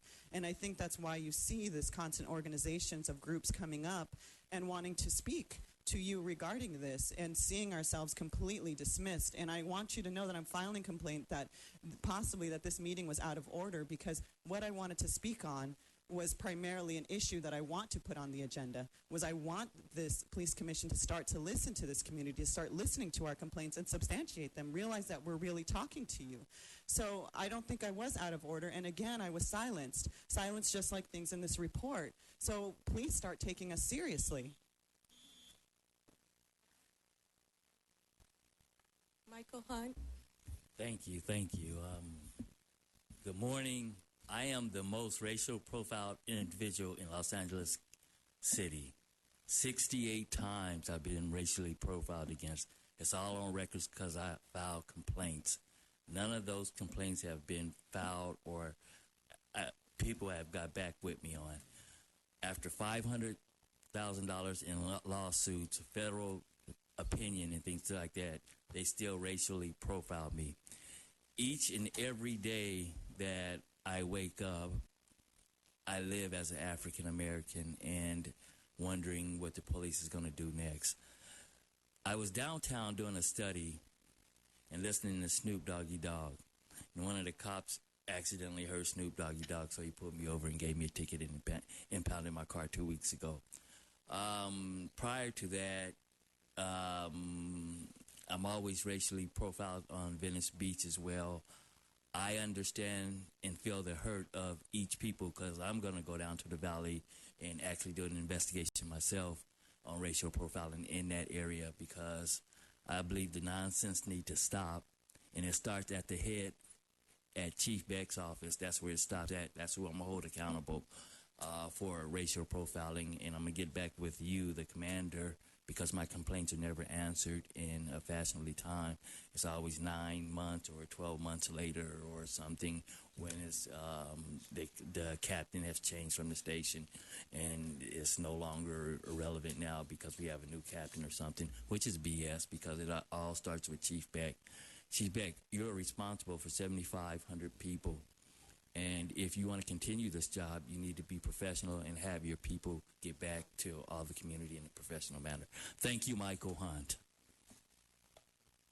That's the final speaker on that item. I move approval of the item. Second. All in favor? Aye. Okay, let's go through C, and then we'll go back to A. Mr. President, if I may interrupt real quick. On this item, the commission approving this report, there will be a new report coming back on the items that were requested by Commissioner Madison related to the department and Inspector General working together. Just wanted to put that on the record. It will be a new report. Correct. You said there was a public comment on C. Was that it? Yes. Okay. Okay. Thank you. Yes, I'm very concerned with HACLA and the police department. And what I read in the report, I think it's $125 million in, I don't know if it's safety or how it's going to be dispersed or between January 1st in 2015 and December 2019. But I just heard that the report is going to be sent to the mayor's office. My concern is I have a numerous police reports as well through HACLA, and I'm still debating a $1,500 complaint. And to the Vice President, one of the reasons on the Section 8 and HACLA program is African Americans are continually placed in high-risk areas with drugs, drug trafficking, fights, all kinds of robberies. Just recently, even though I'm not in District 10 anymore, I'm in District 8, and my apartment was recently robbed. And it doesn't matter what age you are, and you can look at me and tell that I am a senior citizen. I mean, I'm not disabled, handicapped, or in a wheelchair. But Chief Beck, I'd like some help in getting all of these reports together, and if you could assign someone to assist me with that, I'd appreciate it. Any comments, commissioners? Thank you. That was Wanda Solomon. We also have I'm sorry. one speaker, final speaker, Wayne from Encino. Yeah, recently I had a house that was burglarized. Actually got a license plate, photos of the people rolling over my fence, and still nothing happened. And 4 months later, they came back, broke in the house, and took 3 of my laptops. You don't do anything. And that's the problem here, is that we have the housing authority making some kind of deal with the police department. And what you're doing is you're just taking cash, bagging it up, and shoveling it between one agency to the other. And then you're going to have press conferences, and you're going to give out awards. This will go to the city council, and they got 3 cops right now that are on that panel, soon to be 2. One of them is Mitchell Englander, who is absolutely, I think legally should be considered a dwarf, but he's a reserve police officer, and he's chairman of the Public Safety Committee. Isn't that a conflict of interest? You never look at that. In fact, you're always here asking and begging for reports. You're begging and asking for results. You're the police commission. You're in charge of the department. You're the ones in charge of it. You could dissolve. You could fire every police officer tomorrow and dissolve the department and contract services with the sheriff's department. Try that as a motion. Every report you've ever asked for would be here in 48 hours. But you don't do it because you're afraid. You're afraid of them, the guys with the guns. And the housing authority is afraid of them, and the homeless and the disabled people are afraid of them. So stop shoveling the money and get to the point. That's what you need to do. So, We have a motion for, motion to approve the MOU between Housing Authority and City of Los. second? Second. All in favor? Aye. Okay, 8A, I have a comment, statement. On January 28th, 2015, after becoming aware of this event, I requested the Inspector General, on behalf of the Commission, to prepare a report on the circumstances that occurred relative to the event. Inspector General is an independent Inspector General working for the Police Commission. The report we have before us today is in response to that request, and I want to thank the Inspector General and his staff for its preparation. On Friday, March 20th, last Friday, Chief Beck issued a press release in which he stated that he had initiated a complaint investigation into the matter. At this point, I believe the Police Commission's Inspector General's report speaks for itself, and that the next step is for the department to appropriately complete its own investigation into the matter. Madam Secretary, after public comments, I would entertain a motion to approve the Inspector General's report. Do we have any public comments on this item? 2, Okay. Prentice Jenkins, Michael B. Stone.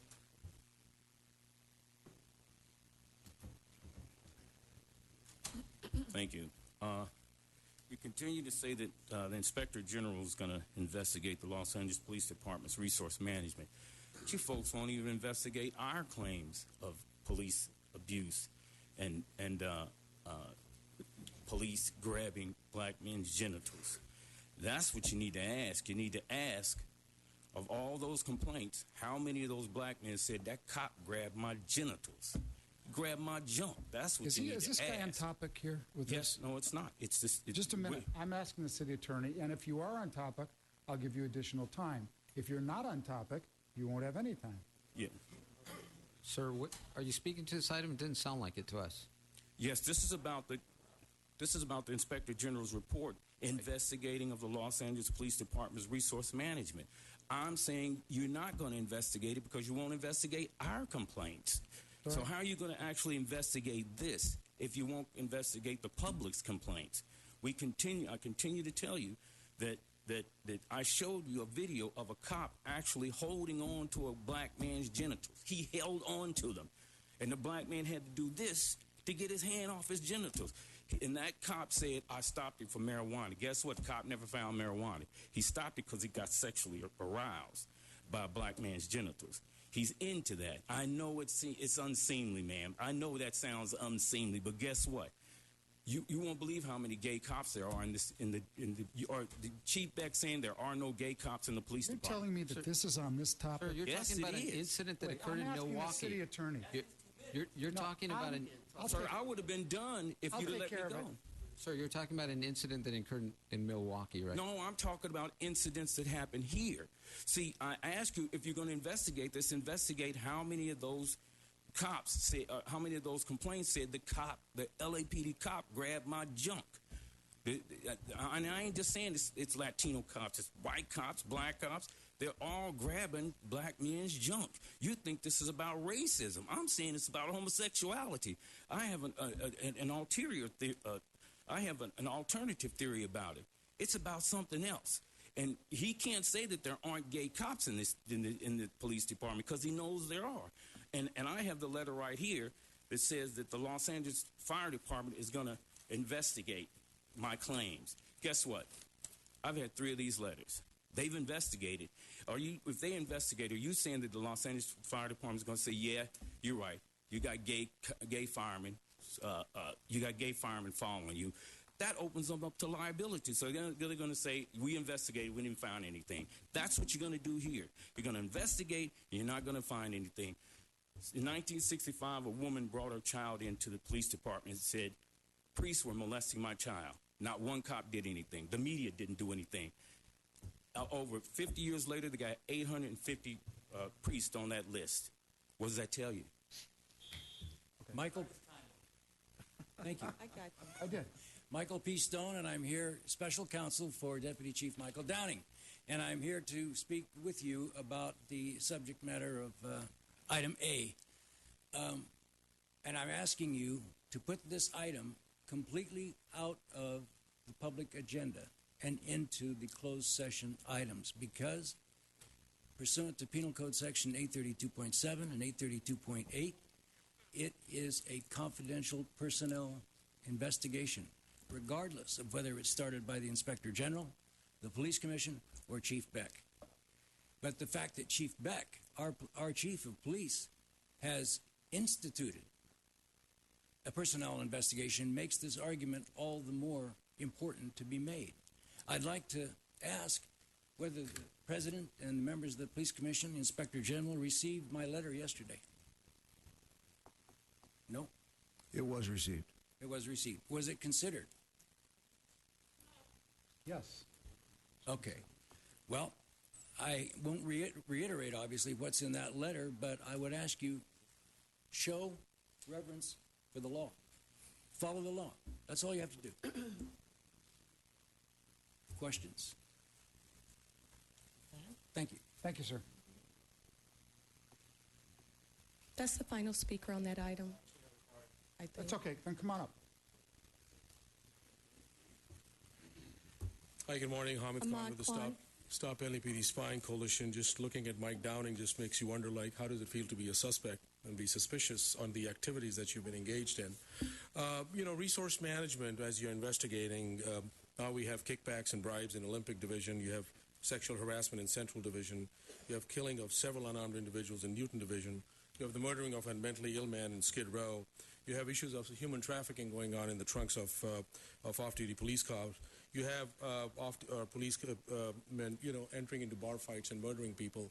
So I think when we look at resource management, it'll be really good to broaden the scope, because what is happening instead is that, yes, he has some fancy lawyers who come in and speak on his behalf and want to move this behind closed doors, but while the rest of us publicly are being unrobed, while the rest of us are publicly being murdered, while the rest of us are publicly being insulted.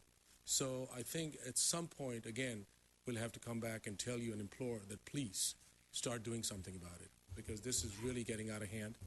We all remember the consent decree, and you will hear from in the public comment what people have to say individually to you all as well. But we'll keep on coming back at you.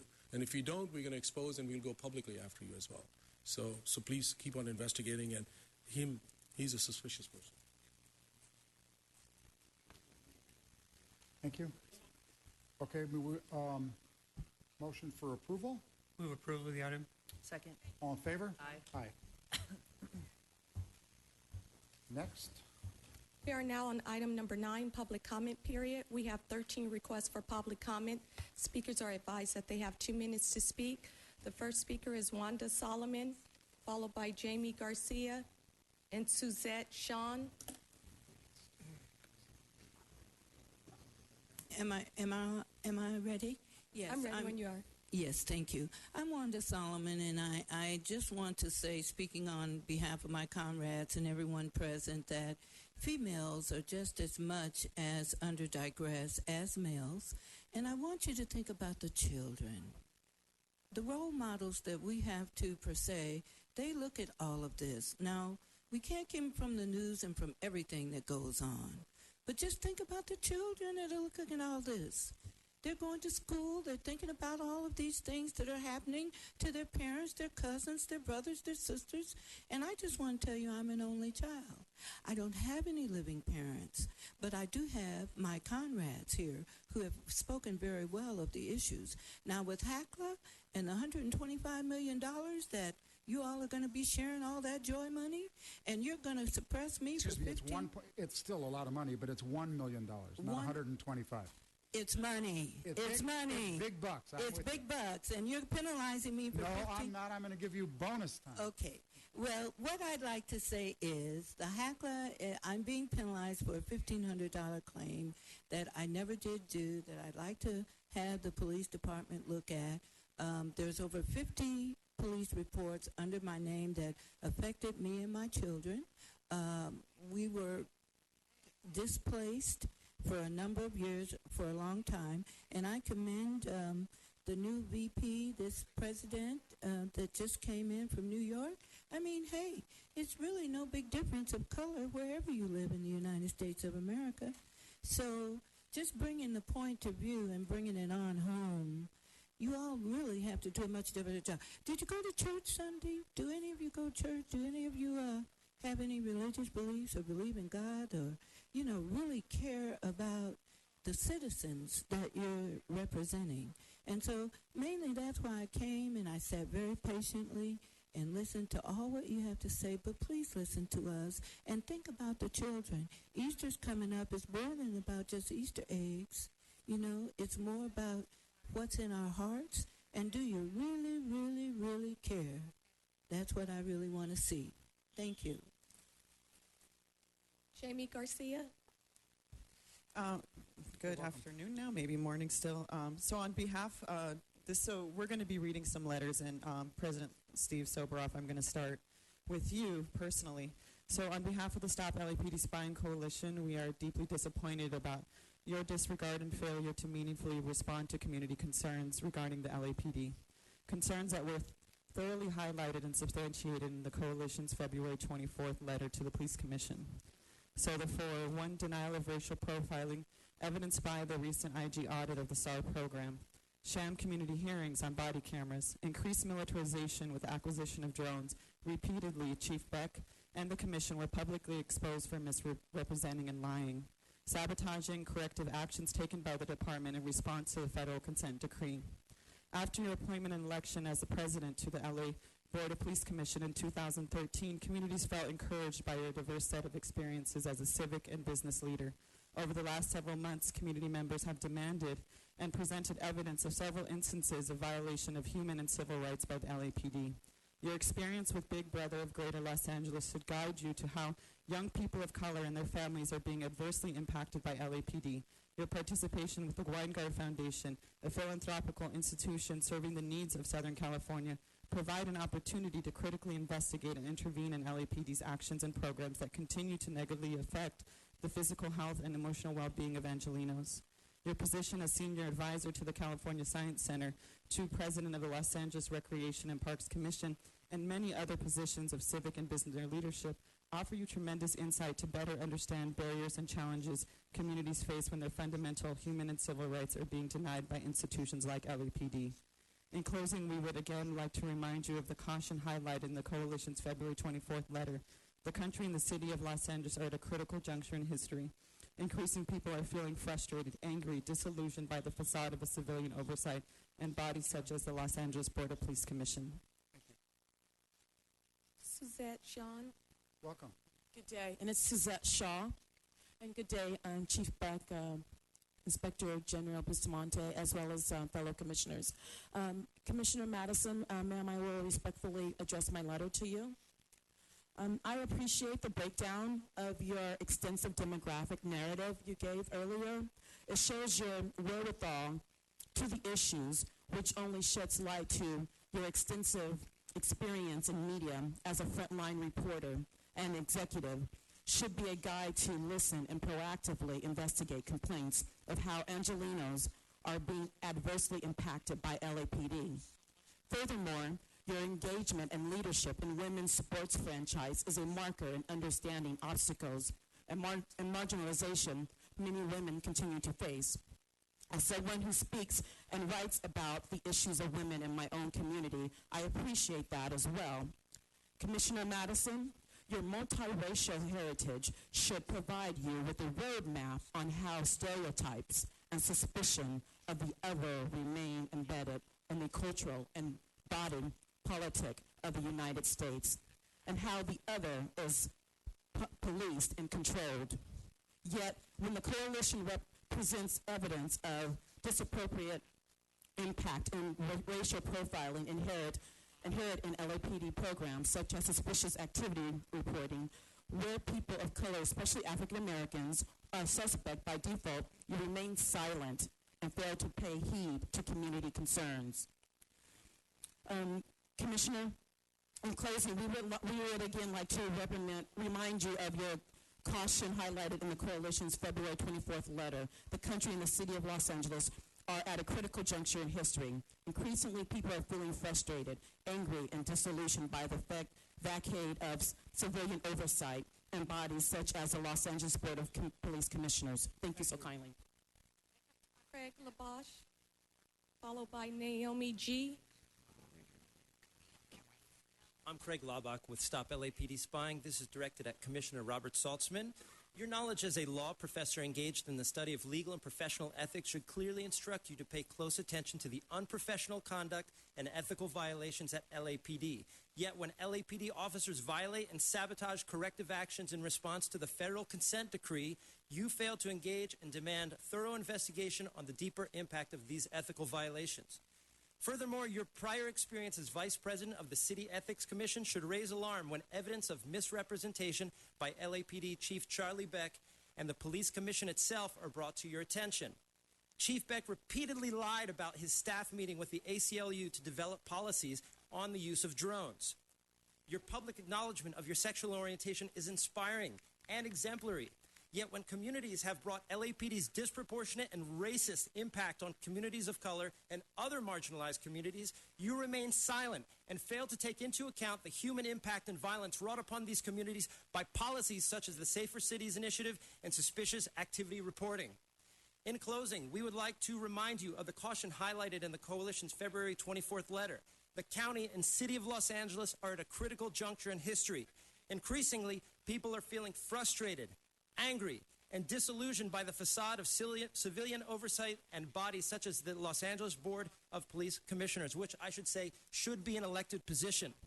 And I myself, I come from a white community, a predominantly white community. I will tell you that this narrative is expanding beyond communities of color. This is an issue about communities of color, people of color. And I can tell you there is a latent feeling of frustration and anger that's manifesting. We are on the eve of mass solidarity with these people, and please be on the right side of history. Naomi G., followed by Hamid Kwan, Alani Bonilla. Mr. Herman.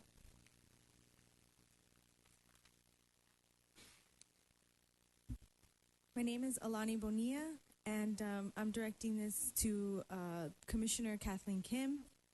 Your scholarship as a law professor investigating and intersection of immigration law, workplace rights, civil rights, and the 13th Amendment offer you deep insight into the impact of marginalized communities. Can I get your attention? Resulting from the laws that criminalize and deem people suspect in perpetuity, yet when communities raise concerns about LAPD criminalizing simple acts of taking photographs or using video cameras in public resulting from the suspicious activity reporting program, you fail to investigate these concerns and applaud LAPD on their violation of our basic human and civil rights. Your pioneering civil litigation efforts on behalf of human trafficking survivors are commendable.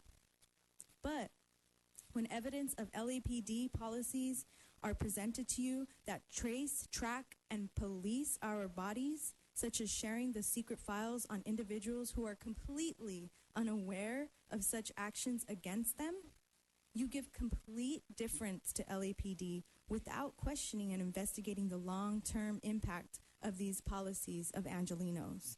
In closing, we would again like to remind you of the caution highlighted in the Coalition's February 24th letter. The country and the city of Los Angeles are at critical juncture in history.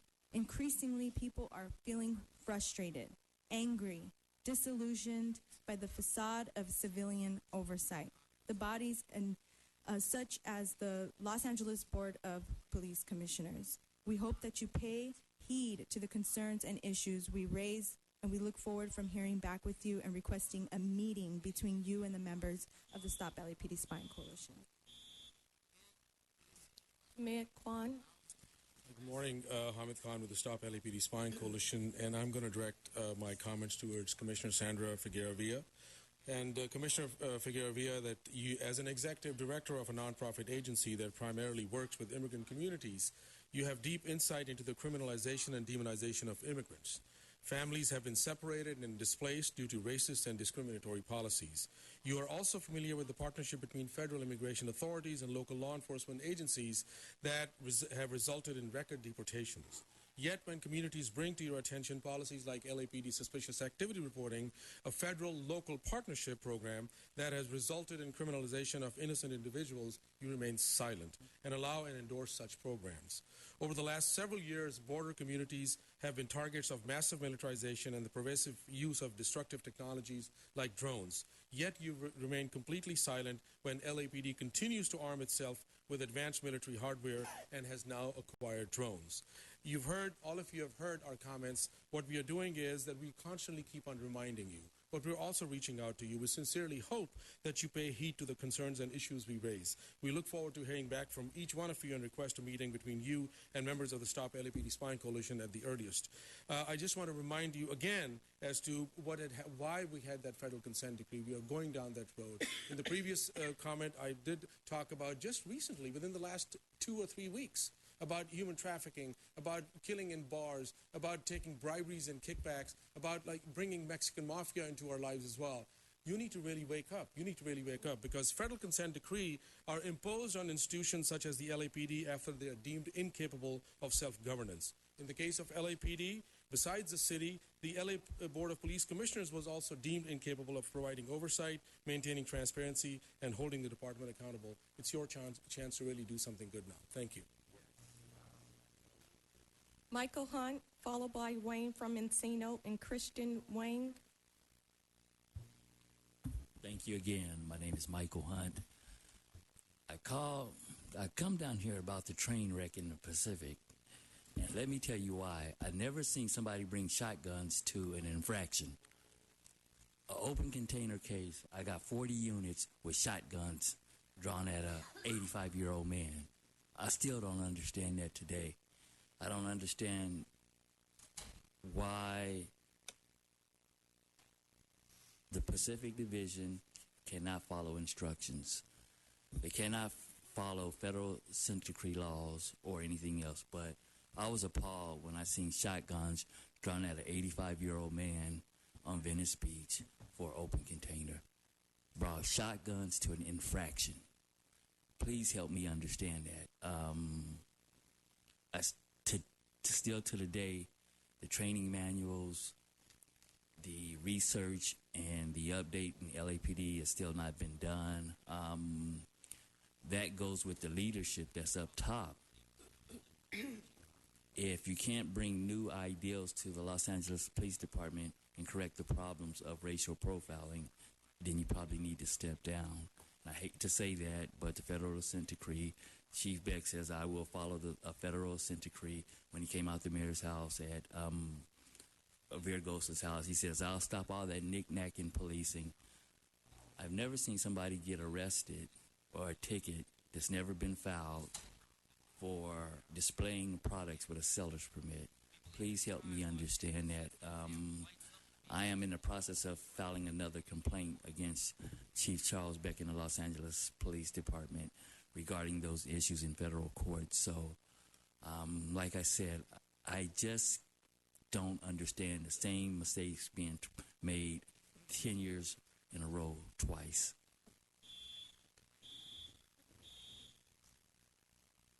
Wayne from Encino. Yes, I talk about disillusion. I had a discussion about this yesterday. Everybody was under the illusion that there's really somebody watching this department. When you have disillusion, it is both negative, but it's also positive because disillusion is the elimination of the illusion. There is nobody in charge of this department except that chief and the field commanders and nobody else cares. Because everybody on this board, nobody on this board has a real job. Nobody on this board meets a payroll. Everybody's an expert. I'm a law professor. I'm a head of a nonprofit. And then we got the special one, Steve Soboroff, who almost ran out of the city of Malibu for trying to build shopping centers on the beach. They told him no. It's amazing, the whining I hear. No, you can't take the city of Malibu and turn it into a shopping mall. They told him no, because the city of Malibu is interesting. They incorporated their city in 22 miles of beach area to prevent them from becoming what we are here, which is an unrepresented demagogue-ran republic. And that's what we have here. The people of the city have no representation. We're just here, we're cows. I brought a cowbell with me. They wouldn't let me bring it in because I wanted to ring my cowbell, because people in the city are cows. Go cow, pay your tickets. I got all the way in the north part of the county, I got a notice on a 2009 car to get a smog check, 3,400 feet in the air in the mountains, 64 miles, and you still have to have a smog check. It's all graft. Tida Hayes, Yvonne Michelle Autry, and General Jeff. Is that the last three? Yes. Mayor of our city was on TV the weekend, and the moderator asked him about the Skid Row incident and said that the people of Los Angeles are losing confidence in the LAPD. His response was this: you will see the LAPD conducting hip-hop sessions with young people. You will see the LAPD conducting barbecues with the people in the... This is his response about the Skid Row shooting. Hip-hop and barbecue. What a pacification program is that? But this is our mayor. This is our city talking about an incident like the confidence that's failing with the people of L.A. Not just, as this gentleman said, this is far vaster than the black community. There's a new color for blackness in L.A., and it's universal color. It's a melting pot if there ever was one. Now, I would hope that the LAPD is collecting all these kinds of comments on TV, in the press, whatever. L.A. Times, our favorite reporter, pointed out the LAPD is turning out to be the old LAPD, which was kind of remarkable. They cited all the recent incidents that occurred that tarnished the image of a new LAPD. But I think the mayor's comment, the gentleman who appointed you all, was quite interesting. To minimize the situation to barbecues and hip-hop. Let me say something about hip-hop. Hip-hop denigrates black people. Black people, I say, are the world's greatest singers.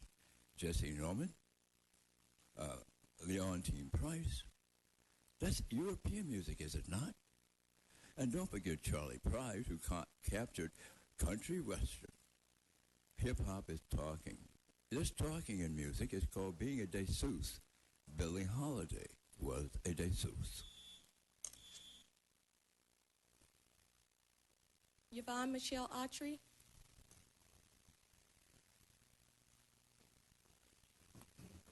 I had my purse there. Someone has taken my purse. I still like to use this 2 minutes of, I just don't know if it was a police officer. Someone has taken my purse here. Why don't you let the gentleman behind you speak now? Could Go I- look for your purse and then come back. General Jeff. Good morning, Commission. I'm here to speak about the murder, the killing of Los Angeles Police Department involved with Brother Africa in front of the Union Rescue Mission in Skid Row. We're waiting for the release of the body cameras. There are 2 points that are of very important interest to us. It is the moment when the officers first interacted and engaged Brother Africa, and it's very important to find out exactly, specifically what that dialogue was. Was it in fact, did they in fact approach him in regards to a robbery or such? We have copies of the surveillance footage from the Union Rescue Mission, and it appears as though the officers did not approach with him being potentially detained. The other point of contention and important to us is prior to the officers removing the body. Initially, it was reported that he died. Brother Africa died on the way to the hospital.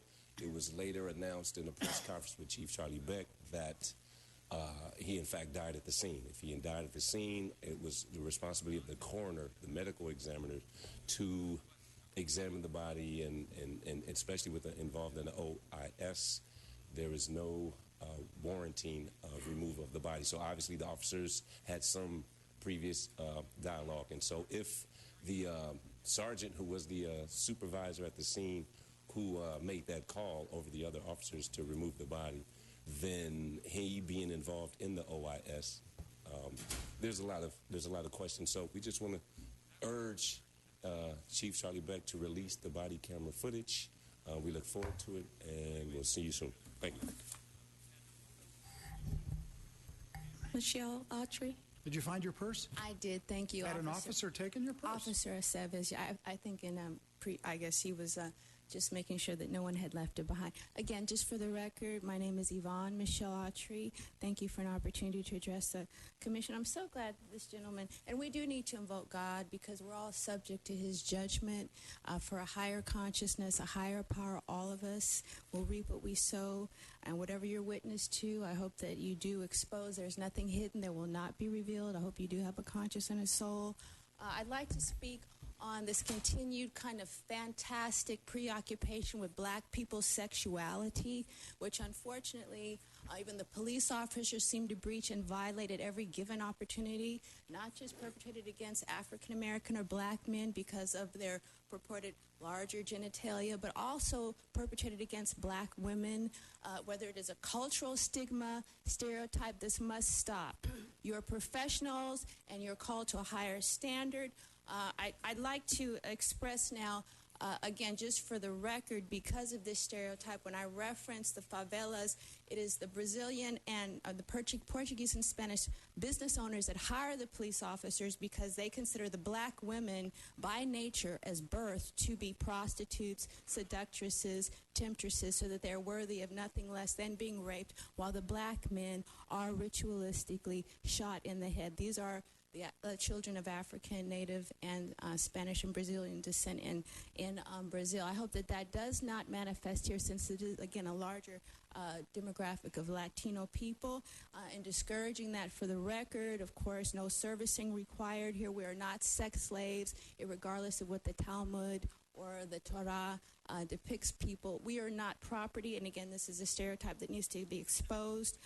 Whether this is a ritual rite of passage, these murders, of course, I think are also breaching some type of human sacrificial ritual, which must stop in the continued extermination of what is appearing to be black males, which I guess pose the greatest threat at this time. Thank you. So we have to continually bring up the same, what is happening? People are being murdered. Can you stop? Did you say you have one speaker on item 10? Yes, we have one speaker on closed session item 10, Wayne from Encino.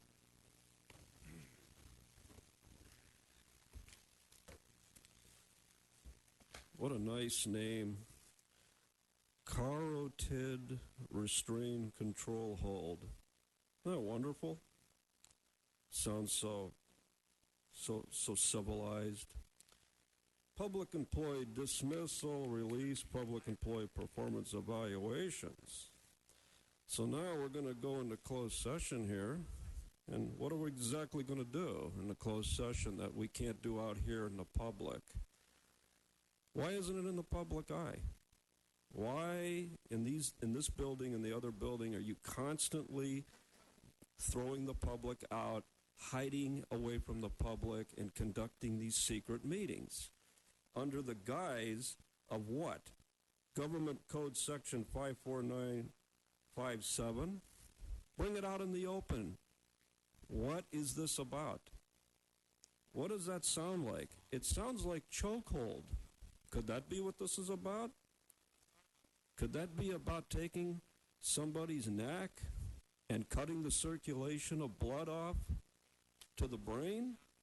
Now, you got professors on the panel here. They're experts.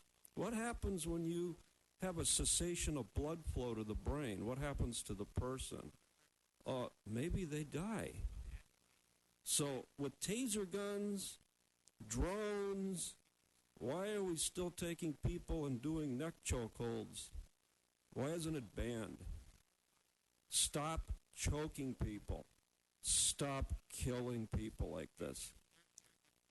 Teacher, police officers, Mossad training, Jiu-Jitsu. I'm a brown belt in Jiu-Jitsu. You don't even need a weapon to take down people with a couple of cops.